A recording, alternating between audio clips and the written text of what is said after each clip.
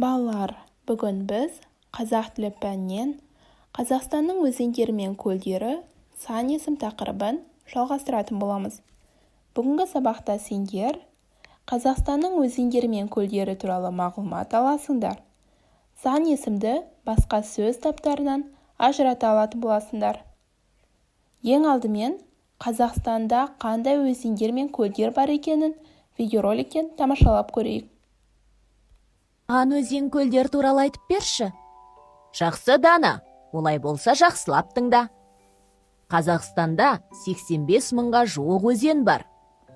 Қандай көп?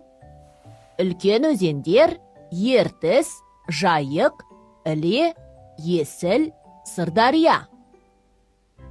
Үлкен өзендер Ертіс, Жайық, Іле, Есіл, Сырдария. Ертіс Қазақстандағы ең үлкен өзен. Ертіс еліміздің шығысында орналасқан. Өзен бойында Өскемен, Семей, Павлодар қалалары орналасқан екен. Алан қара, мынау Есіл өзені. Бұл өзеннің жағасына еліміздің астанасы салынған. Жарайсың, Дана. Дана, Батыс Қазақстаннан қандай өзен көріп тұрсың? Жайық өзені бар. Иә, дұрыс. Жайықта бекіре балығы бар. Қазақстанның оңтүстігінде екі өзен бар. Сырдария мен Іле өзендері. Сырдария бойында Қызылорда қаласы салынған. Іле өзенінде сазан, алабұға, жайын, көксерке сияқты балықтың түрлері бар. Көлдер туралы айтып берші. Қазақстанда 48 мыңнан астам көл бар. Ірі көлдер Балқаш, Алакөл, Бурабай, Зайсан, Теңіз. Бурабайда биік таулар, ормандар, таза су бар. Жазда Бурабайға демалуға барамыз. Балқаш Қазақстанның ең ірі көлі.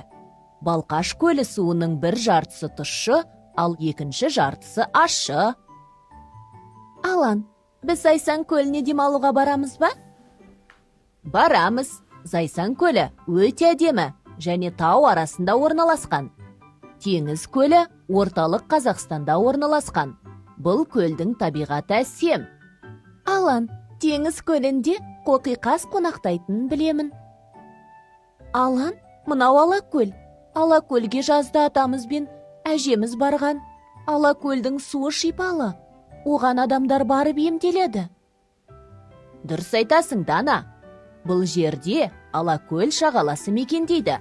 Шағала Қазақстанның қызыл кітабына енген. Қандай керемет! Қазақстанның өзен көлдері өте әдемі екен. Балалар, сонымен Қазақстанда қанша өзен, қанша көл бар екен? Қазақстанның оңтүстігінде қандай өзендер бар? Бұл сұрақтарға жауап беріп болсақ, келесі тапсырмаларға назар аударайық.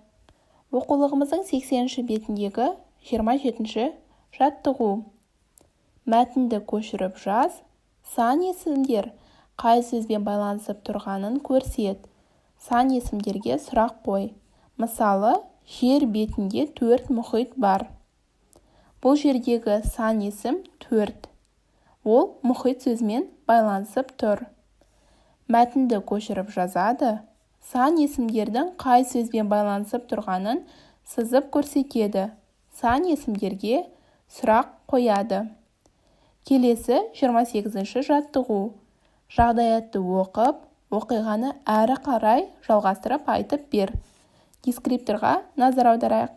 Жағдаятты оқиды, оқиғаны жалғастырып, өз ойымен бөліседі.